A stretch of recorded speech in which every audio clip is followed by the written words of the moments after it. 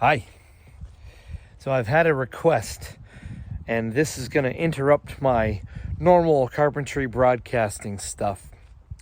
We're in the middle of February right now, and this is just about to start maple sap production. Maple sap production? Maple syrup production.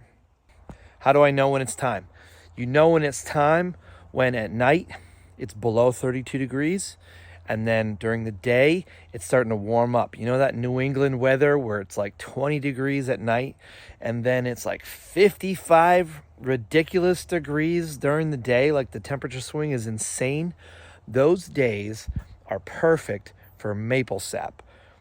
I've done maple syrup for, I don't know, maybe 5 or 6 years now, and I scaled my setup pretty well. I think I ended up with maybe 3 or 4 gallons of syrup one year, and then I kind of took a break from it because I went to build that jumbo garage right there. So I took like a 3-year hiatus from syrup making, and I was gonna take a break from it this year too because I really don't have my scaled up setup. But then the request came in, Mike, you are gonna show us how to make maple syrup, right? So here I am, I'm coming through for you.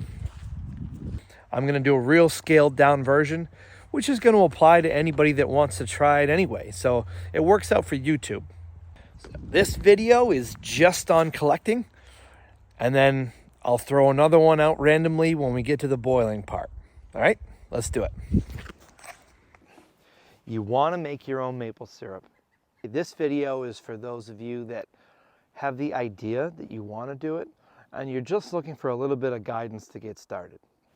For me, I have a lot of red maple trees, and I don't know what it is about red maple trees, but the flavor that comes out of that syrup is unbeatable. It is the best syrup I've ever had in my life, and I treat it as liquid gold.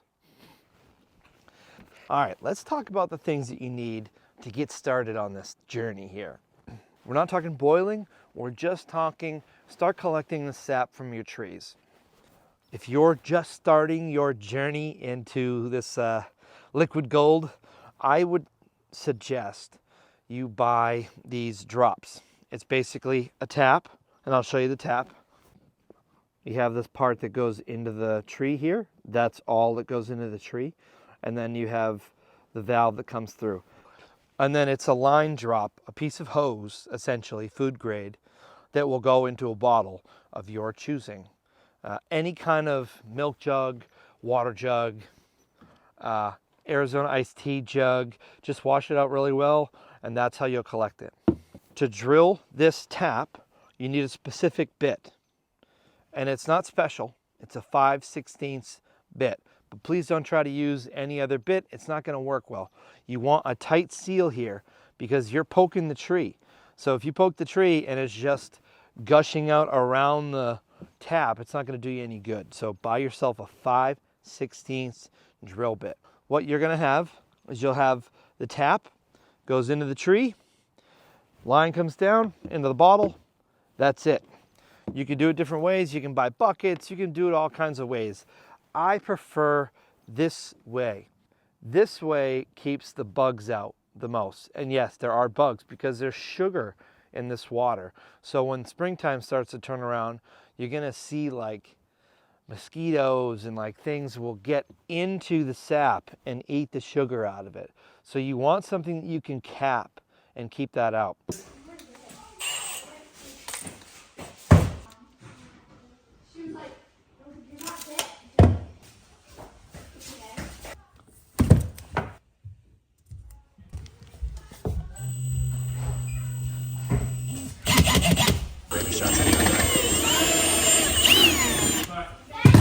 Uncle Mike said we had to leave.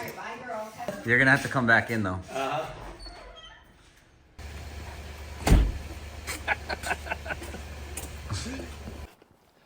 So we need to find a maple tree. And in the winter, it's not exactly easy. You know what we'll do? I'm gonna find a maple leaf.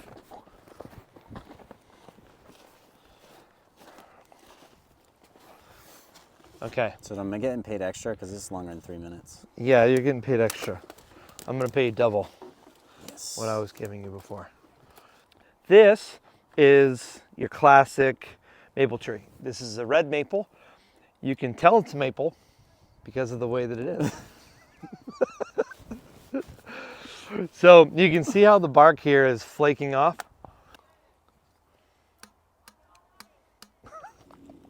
Okay, can you see this? This is what a maple leaf looks like. It's gonna have 3 big pointers. Now, different maples will look slightly different.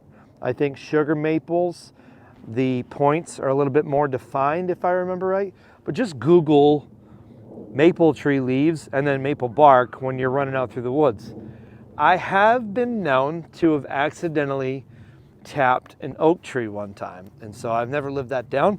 So just make absolutely sure you don't accidentally tap the wrong tree, because then your father will make fun of you for the rest of your life. Now, the best place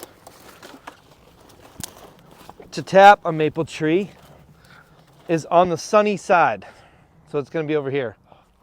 So this is the side I want to tap on this tree, because the sun is pretty much looking at this side of the tree all day. It rises up over here and it sets over there. So this side of this tree here will get the most amount of sun. If I remember right, I think you want to go about 3 feet up off the trunk. This is about usually where I do it. You can actually see some of my old taps holes. The other rule of thumb is you can see how there are ridges of the tree. You want to drill in where the ridges of the tree are. So I've already got my 5/16 drill bit flagged so that I know the proper depth. You don't want to drill too deep. It's going to hurt the tree and it's useless for you. So I'm going to take about here, but I'm going to pick this vein right here, and I'm going to drill 1.5 inches. The other thing you want to do is make sure the hole that you just drilled is clean. Perfect. Take your hammer, and then we're going to tap the tap in. Just a little taparoo. You don't have to go far. That's enough.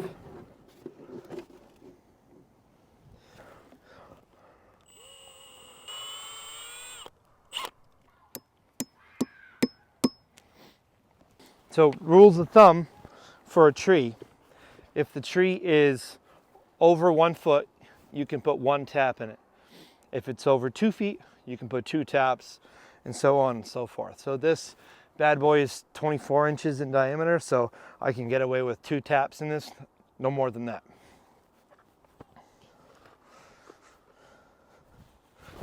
I'm okay.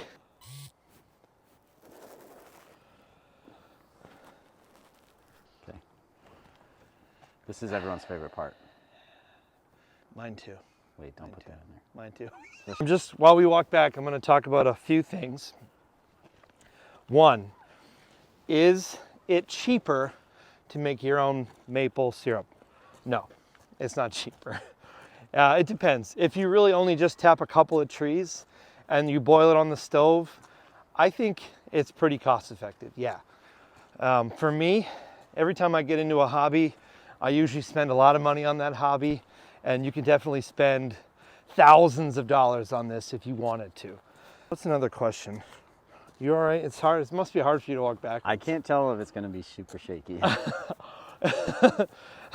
The main thing is my fingers are frozen. We're almost there. What was another question? Oh, people want to know, how much does it take? Like, how many trees do you have to tap to be able to have your own maple syrup? You can really just tap 1 tree. If you have an average season, you'll probably end up with, a couple of, maybe a quart worth of syrup, not much.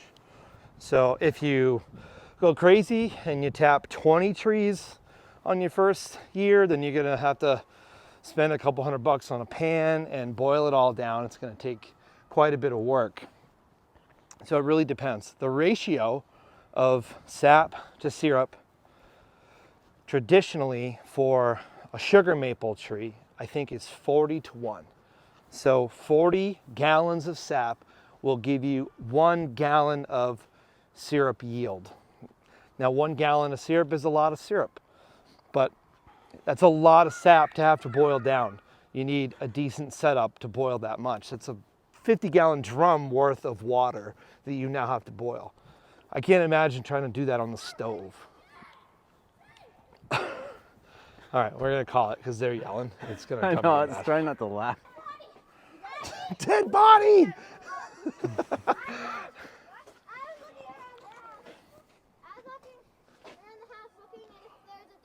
All right, there's a few.